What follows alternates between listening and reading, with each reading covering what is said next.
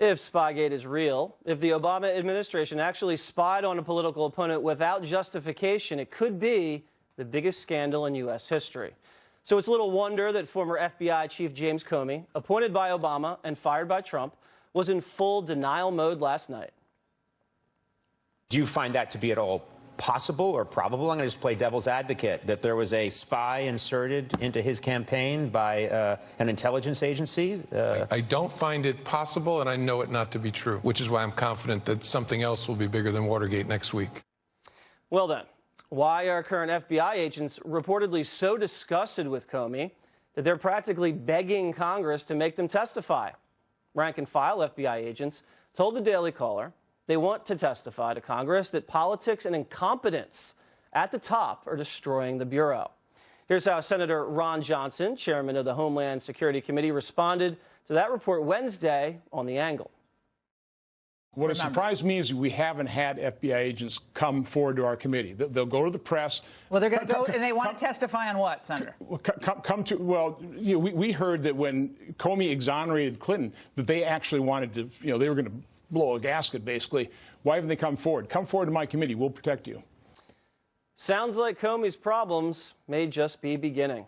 Let's discuss Spygate with two distinguished retired members of the Bureau. In Phoenix, former FBI National Spokesperson John Iannarelli, and in Palm Beach Gardens, Florida, former FBI agent and counterterrorism expert Chad Jenkins, who was awarded 3 Bronze Star medals during his service as an Army Ranger. So I don't think these guys are getting their stories straight, John. You heard at the top of the show, Clapper says there was a spy in there, and then Comey on the late night shows says there wasn't a spy. I mean, kind of important to make sure everybody's on the same page, don't you think?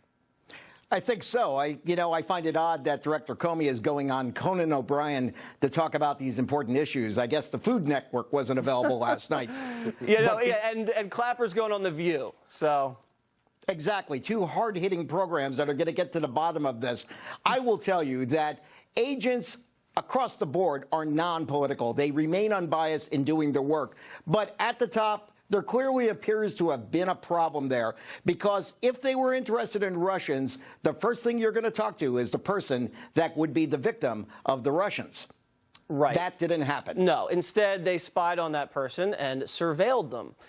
Chad, it's not good for James Comey. He's basically contaminated this so-called crime scene.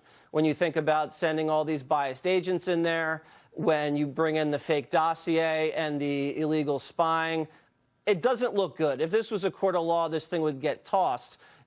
Do you think that's the genesis of this anger by the boots at the FBI or not? I think it is, Jesse. We're at the point where, the judge in this is the American people, and the American people are being lied to on all sides at this point. No one really knows where the truth lies. So at this point, what I recommend is this whole entire investigation, the special counsel, it needs to be declassified.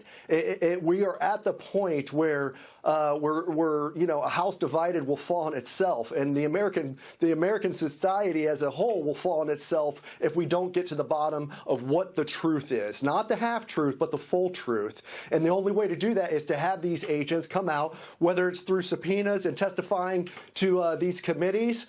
Something has to happen in order to get everything out there so that we can all decide and see for ourselves what really is taking place in this mess. Yeah, there's a real insurrection brewing with the rank and file there.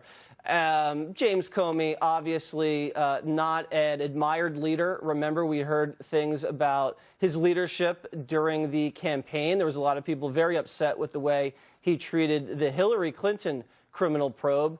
Just look at the difference, John. Hillary's people were given immunity, and Trump's people, they're going scorched earth. Hillary destroyed evidence under subpoena, and the Trump people have given over millions and millions of documents. It's just very unfair to the average person with the way this thing has been handled politically by the Bureau.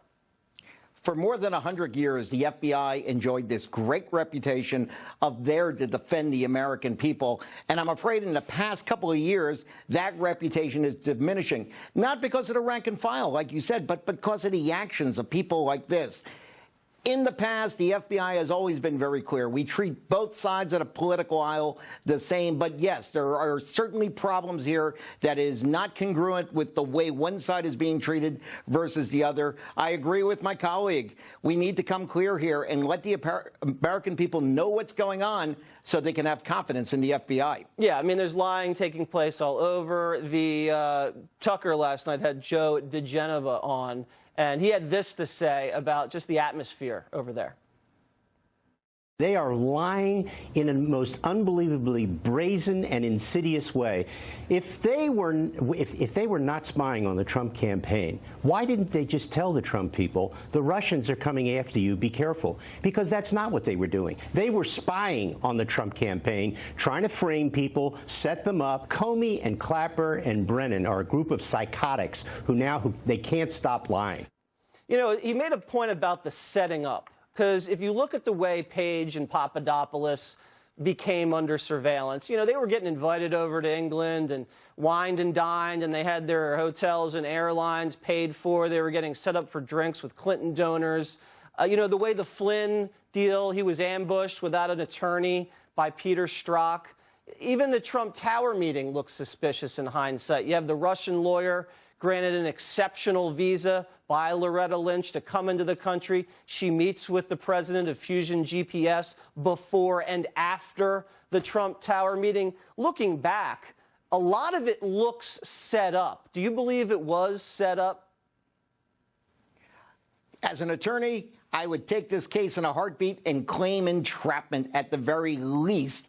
It doesn't look good. The optics, even if they had the best of intentions, which I don't think existed, it looks bad. That's why these political cases, the FBI is so careful, because they want to be concerned with how the public will perceive their actions. That wasn't done in this case, and it's hurt everyone. Well, this is why, Chad, because they won't give any information to the congressional oversight people who have a constitutional right to use their oversight powers to look into what the FBI is doing. Why are they stonewalling if everything was on the up and up? Oh, you're right, Jesse. And we're to the point where we can no longer say, oh, well, the FBI and DOJ is apolitical and they wear the blindfold that Lady Liberty wears. That has gone. That ship has sailed. Yeah. And that goes back to my point where we need to divulge everything. The truth needs to be told. Because you look at it, I mean, going back to James Comey, you know, I tried to give him the benefit of the doubt. I actually read his book, and that's actually what changed my opinion of him. Too often, one, he's always on the right side of history throughout. The only really vulnerability he ever shares is that he maybe was a bully to a college kid one time. But outside of that, in his professional career, he makes every decision rightful every single time.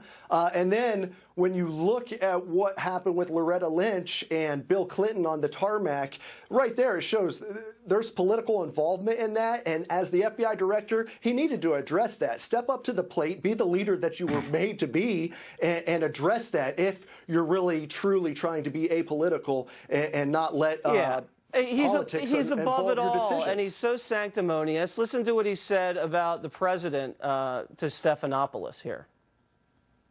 Is Donald Trump unfit to be president? I don't think he's medically unfit to be president. I think he's morally unfit to be president.